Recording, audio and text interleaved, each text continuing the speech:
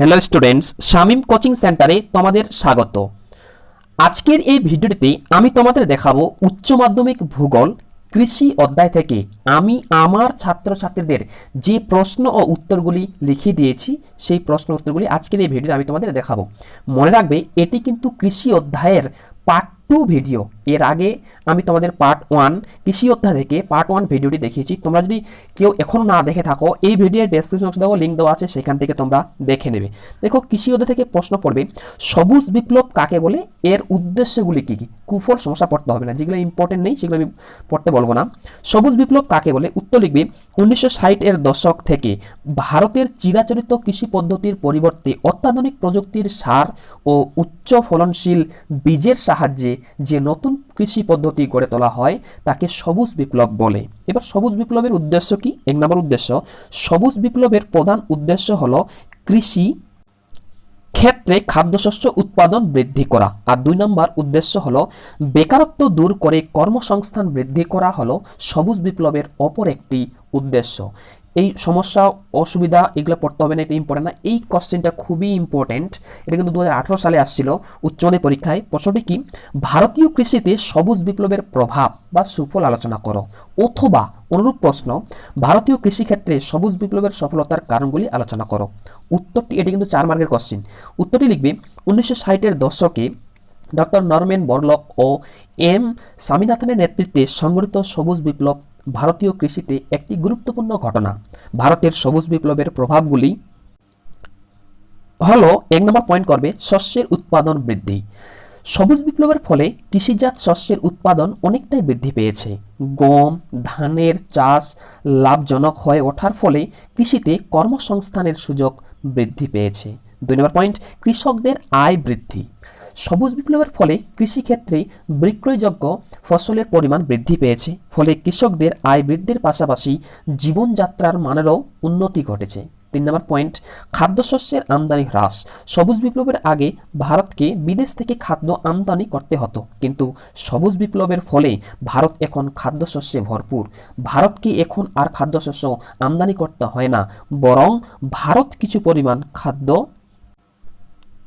শস্য বিদেশে রপ্তানি করে। 4 নম্বর পয়েন্ট, শিল্পের উন্নতি।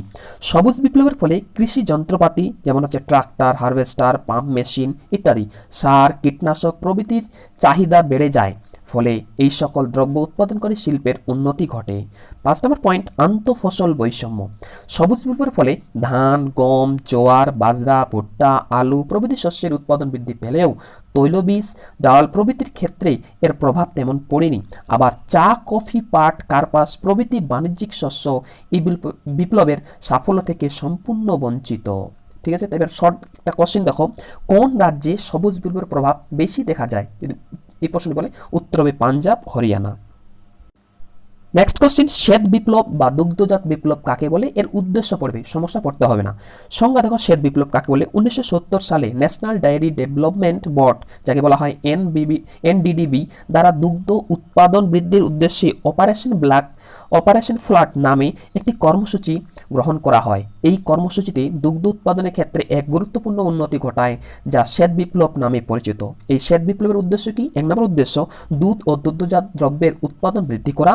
2 নম্বর উদ্দেশ্য হচ্ছে দুধ সমবায় সমিতির মাধ্যমে দুধ সংগ্রহ, পরিবহন ও হিমঘরে সংরক্ষণ করা। নেক্সট কোশ্চেন পড়বে অপারেশন ফ্লাড কাকে বলে, এর উদ্দেশ্য বা কর্মসূচিগুলি লেখো। এই খুবই ইম্পর্টেন্ট কোশ্চেন। অপারেশন ফ্লাড কাকে বলে, উত্তর লিখবে 1970 সালে জুলাই মাসে ভারতীয় দুধ উন্নয়ন পরিষদ পরিবর্তিত বিশ্বের বৃহত্তম দুধ উৎপাদনকারী প্রকল্পকে অপারেশন ফ্লাড বলে। এর উদ্দেশ্যগুলি হলো, 1 নম্বর দুধ উৎপাদন বৃদ্ধি করা, 2 নম্বর গ্রামীণ মানুষদের আয় বৃদ্ধি ও অর্থনৈতিক বিকাশ ঘটানো। এবার শর্ট কোশ্চেন পড়বে, ভারতের কোন রাজ্যে অপারেশন ফ্লাডের প্রভাব বেশি দেখা যায়? উত্তর হবে গুজরাট। নেক্সট কোশ্চেন, নীল বিপ্লব কাকে বলে? উত্তর 1970 সালের পরবর্তী সময় বিজ্ঞান ও প্রযুক্তির উন্নতির ফলে মাছ এবং অন্যান্য সামুদ্রিক জীবের আহরণ ও উৎপাদন বৃদ্ধিকে নীল বিপ্লব বলা হয়। ভারতীয় নীল বিপ্লব সফলতার কারণগুলি লেখো। উত্তর লিখবে, 4 মার্কের কোশ্চেন, উত্তর লিখবে মৎস্য চাষ ও মৎস্য আহরণের উৎপাদন বৃদ্ধির বিপ্লব অর্থাৎ নীল বিপ্লব ভারতের সফলতার যে কারণগুলি দেখা যায় সেগুলি হলো ভারত নরওয়ে প্রকল্প। লিখবে নরওয়ে মৎস্য চাষে অত্যন্ত উন্নত এক দেশ। এই দেশের সহযোগিতায় মাছ ধরার চিরপ্রচলিত জলের যান্ত্রিকরণের মাধ্যমে ভারত মাছ ধরার ক্ষেত্রে উন্নত। 2 নম্বর পয়েন্ট, হিমঘর নির্মাণ। মাছ পচনশীল সম্পদ, তাই মাছকে সঠিকভাবে সংরক্ষণ করার জন্য ভারতের মুম্বাই, পুনে, চেন্নাই প্রভৃতি স্থানে বিশাল মাপের হিমঘর নির্মাণ করা হয়েছে, যা ভারতের নীল বিপ্লব সফলতায় সাহায্য করেছে। 3 নম্বর পয়েন্ট, প্রশিক্ষণ কেন্দ্র স্থাপন। ধীবরদের মাছ ধরার আধুনিক কৌশল শেখানোর জন্য ভারতের মহারাষ্ট্র, তামিলনাড়ু ইত্যাদি স্থানে উন্নত মানের প্রশিক্ষণ কেন্দ্র স্থাপন করা হয়েছে, ফলে ভারতের নীল বিপ্লব সফলতা অর্জন করেছে। 4 নম্বর পয়েন্ট, গবেষণা প্রতিষ্ঠান স্থাপন। ভারতে মাছ চাষে প্রযুক্তিগতভাবে 4টি গবেষণা কেন্দ্র স্থাপন করা হয়েছে। ভুবনেশ্বর, কৌশল্যা, গঙ্গা অর্থাৎ সাধু জলের মাছ চাষের কেন্দ্রীয় প্রতিষ্ঠান এই কাজে সাহায্য করেছে। তাহলে নীল বিপ্লব সফলতার কারণ উত্তরটি হয়ে গেল। এবার এই কোশ্চেনটি খুবই ইম্পর্টেন্ট, মারাত্মক ইম্পর্টেন্ট, টেক্সট এবং ফাইনাল পরীক্ষা বারবার আসে। প্রশ্ন কি, বাজার বাগান কৃষি বা মার্কেট গার্ডেনিং কাকে বলে? তাহলে বাজার বাগান কৃষি বা মার্কেট গার্ডেনিং একটাই জিনিস, কাকে বলে? এই কৃষির শ্রেণীবিভাগগুলি লেখো। অথবা উদ্যান কৃষি বা হর্টিকালচার কাকে বলে? এর শ্রেণীবিভাগগুলি লেখো। তাহলে তোমরা প্রশ্নটা কি বুঝলে? যাকে বলে বাজার বাগান কৃষি ওকেই বলে মার্কেট গার্ডেনিং, ওকেই বলে উদ্যান কৃষি, ওকেই বলে হর্টিকালচার, কাকে বলে? আর এর শ্রেণীবিভাগগুলি খুবই ইম্পর্টেন্ট। তো চলে আসো সংজ্ঞা। উত্তরটি লিখবে যে উন্নত ও আধুনিক কৃষি ব্যবস্থায় বিশালাকার বাগানে বাজারে বিক্রির উদ্দেশ্যে বিভিন্ন ফল, ফুল, শাকসবজি চাষ হয়, তাকে উদ্যান কৃষি বা হর্টিকালচার বলে। এবার প্রশ্ন যদি থাকে বাজার বাগান কৃষি কাকে বলে, তাহলে লিখবে তাকে বাজার বাগান ভিত্তিক কৃষি বলে। এবার শ্রেণী বিভাগ। বাজার ভিত্তিক উদ্যান কৃষি বিভিন্ন ধরনের হয়, যেমন ফ্লোরিকালচার। এটি শর্ট আসে, এমসিকিউ আসে, কিন্তু খুব ভালো করে পড়বে কিন্তু। ফ্লোরিকালচার কাকে বলে? বাজার ভিত্তিক উদ্যান কৃষি ব্যবস্থায় সারা বছর ধরে ফুলের চাষকে ফ্লোরিকালচার বলে। পোমাম কালচার, বাজার ভিত্তিক উদ্যান কৃষি ব্যবস্থায় সারা বছর ধরে ফলের চাষকে পোমাম কালচার বলে। 3 নম্বর, ওলেরি কালচার। বাজার ভিত্তিক উদ্যান কৃষি ব্যবস্থায় সারা বছর ধরে শাকসবজির চাষকে ওলেরি কালচার বলে। তাহলে এবার নেক্সট কোশ্চেন দেখো, উদ্যান কৃষির বৈশিষ্ট্যগুলি লেখো। উদ্যান কৃষির বৈশিষ্ট্যগুলি হলো 1 নম্বর পয়েন্ট, জমির আয়তন। উদ্যান কৃষি ঘন শহরাঞ্চলে গড়ে ওঠার কারণে জমির পরিমাণ স্বল্প এবং জমির আয়তন ঘনত্ব অনুসারে ছোট থেকে মাঝারি হয়। 2 নম্বর, কৃষি যন্ত্রপাতি। এই কৃষিতে প্রয়োজন মতো ছোট যন্ত্রপাতি থেকে শুরু করে ট্রাক্টর, পাম্পসেট জাতীয় ভারী যন্ত্রপাতি ব্যবহার করা হয়। 3 নম্বর পয়েন্ট, উৎপাদিত ফসল। এই কৃষিতে প্রধানত 3 ধরনের ফসল চাষ করা হয়, যেমন 1 নম্বর ফুল চাষ বা ফ্লোরিকালচার, 2 নম্বর ফল চাষ বা পোমাম কালচার, 3 নম্বর শাকসবজি চাষ বা ওলেরি কালচার। ঠিক আছে, এটি ভালোভাবে পড়বে কিন্তু শর্ট আসে পরীক্ষায়। 4 নম্বর, উন্নত কৃষি প্রযুক্তি। অধিক ফলন ও আর্থিক লাভের জন্য এই কৃষিতে সার, কীটনাশক, উচ্চ ফলনশীল বীজ প্রভৃতি মানের উন্নত কৃষি প্রযুক্তি ব্যবহার করা হয়। ঠিক আছে,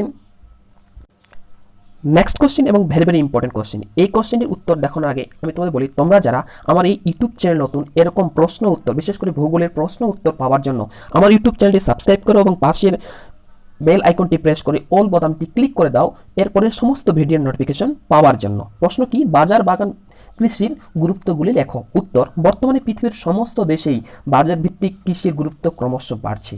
এই কৃষির গুরুত্বগুলি হলো 1 নম্বর, মানুষের চাহিদা অনুসারে ফল, ফুল, শাকসবজি যোগান পাওয়া যায়। নেক্সট 2 নম্বর, বিভিন্ন ধরনের জলবায়ুর উপযোগী ফল, ফুল ও শাকসবজির উৎপাদন করা যায়, যা কৃষকদের পক্ষে যথেষ্ট লাভজনক হয়। নেক্সট লিখবি, বাজার ভিত্তিক উদ্যান কৃষি পদ্ধতি নানা ধরনের সুগন্ধি ও খাদ্য প্রস্তুতকরণ শিল্প গড়ে তুলতে সাহায্য করে। 4 নম্বর, এই কৃষি ব্যবস্থায় কৃষকদের মধ্যে বাণিজ্যিক দৃষ্টিভঙ্গির প্রসার ঘটে এবং কৃষকদের উপার্জন বৃদ্ধি পেয়ে তাদের জীবনযাত্রার মানের উন্নয়ন ঘটে। তাহলে প্রশ্ন উত্তরটি হয়ে গেল। এবার নেক্সট কোশ্চিন, ট্রাক ফার্মিং কাকে বলে? উত্তর লিখবে, বাজার ভিত্তিক উদ্যান কৃষিতে উৎপন্ন ফুল, ফল, শাকসবজি ট্রাকে করে বাজারে পাঠানো হয়। মার্কিন যুক্তরাষ্ট্রের বাজারে কৃষিজাত পণ্য দ্রুত পাঠানোর জন্য অধিক ট্রাক ব্যবহৃত হয় বলে এদেশে এই কৃষি ট্রাক ফার্মিং নামে পরিচিত। নেক্সট কোশ্চিন, নিবিড় কৃষিতে হেক্টর প্রতি উৎপাদন বেশি কেন? এটা 2 মার্কের কোশ্চিন। উত্তর লিখবে, নিবিড় কৃষিতে জমির উপর জনসংখ্যার চাপ বেশি হওয়ায় কৃষিকাজে নিয়োজিত জমির পরিমাণ কম, তাই এই কৃষির মূল লক্ষ্য হলো অল্প পরিমাণ জমি থেকে সর্বাধিক পরিমাণ ফসল উৎপাদন করা। উৎপাদনের পরিমাণ বাড়ানোর জন্য এই কৃষিতে জলসেচ, উচ্চ ফলনশীল বীজ, উন্নত মানের রাসায়নিক সার ও কীটনাশক ব্যবহার করা হয়, তাই নিবিড় কৃষিতে হেক্টর প্রতি উৎপাদন বেশি। নেক্সট কোশ্চিন, এটি 2 মার্কের কোশ্চিন। ব্যাপক কৃষি বা বাণিজ্যিক কৃষি, একটাই নাম তোমরা জানো। ব্যাপক কৃষি রপ্তানি নির্ভর হওয়ার কারণগুলি কি? পাশে লেখা আছে 2017, এটা 2017 সালে উচ্চতর পরীক্ষায় আসছিল। উত্তর লিখবে, ব্যাপক কৃষি বা বাণিজ্যিক কৃষিতে উৎপন্ন ফসলের বাণিজ্যিক গুরুত্ব বেশি। এই কৃষিতে উন্নত বিজ্ঞানভিত্তিক পদ্ধতিতে কৃষিকাজ করে অধিক পরিমাণ ফসল উৎপাদিত হয়, কিন্তু স্বল্প জনবহুল অঞ্চলে ব্যাপক কৃষি প্রচলিত থাকায় উৎপন্ন ফসলের অভ্যন্তরীণ চাহিদা কম, তাই ব্যাপক কৃষি বা বাণিজ্যিক কৃষি রপ্তানি নির্ভর। নেক্সট কোশ্চিন দেখো, নেক্সট কোশ্চিন, এটি কিন্তু 2016 সালে আসছিল এবং 2018 সালে আসছিল উচ্চতর পরীক্ষায়, ফাইনাল পরীক্ষায়। প্রশ্নটি কি? নিবিড় জীবিকা সত্তাভিত্তিক কৃষির ক্ষেত্রে মাথাপিছু উৎপাদন কম কেন? উত্তরটি লিখবে, নিবিড় জীবিকা সত্তাভিত্তিক কৃষিতে মাথাপিছু উৎপাদন কম হয়ে থাকে কারণ 1 নম্বর পয়েন্ট, অধিক জনসংখ্যা। লিখবে, পৃথিবীর অত্যাধিক জনবহুল অঞ্চলে এই কৃষি প্রচলিত, ফলে মোট উৎপাদন বেশি হলেও জনাধিক্যের কারণে মাথাপিছু উৎপাদন কম হয়ে থাকে। 2 নম্বর পয়েন্ট লিখবে, প্রাচীন কৃষি পদ্ধতির প্রয়োগ। এই কৃষিতে পশু ও পেশি শক্তির ব্যবহার বেশি। কৃষিতে যন্ত্রীকরণের অন্যান্য কৃষির তুলনায় কম ফলে মাথাপিছু উৎপাদন কমে যায়। বাইশ প্রশ্ন উত্তরটি হয়ে গেল 2 মার্কের। এবার নেক্সট কোশ্চিন, এটি 2 মার্কের কোশ্চিন। হুনান প্রদেশকে চীনের ধানের গোলা বলা হয় কেন? উত্তর লিখবে, মধ্য ইয়াংসি অববাহিকায় অবস্থিত হুনান প্রদেশকে চীনের ধানের গোলা বলা হয়। এই অঞ্চলে বিস্তীর্ণ সমভূমি, উর্বর পলিমৃত্তিকা, অনুকূল জলবায়ু, উন্নত মানের জলসেচ, উচ্চ ফলনশীল বীজের ব্যবহার প্রভৃতির কারণে প্রচুর পরিমাণে ধান উৎপন্ন হয়। চীন দেশের মধ্যে সর্বাধিক পরিমাণ ধান উৎপাদিত হয় বলেই হুনান প্রদেশকে চীনের ধানের গোলা বলা হয়। তাহলে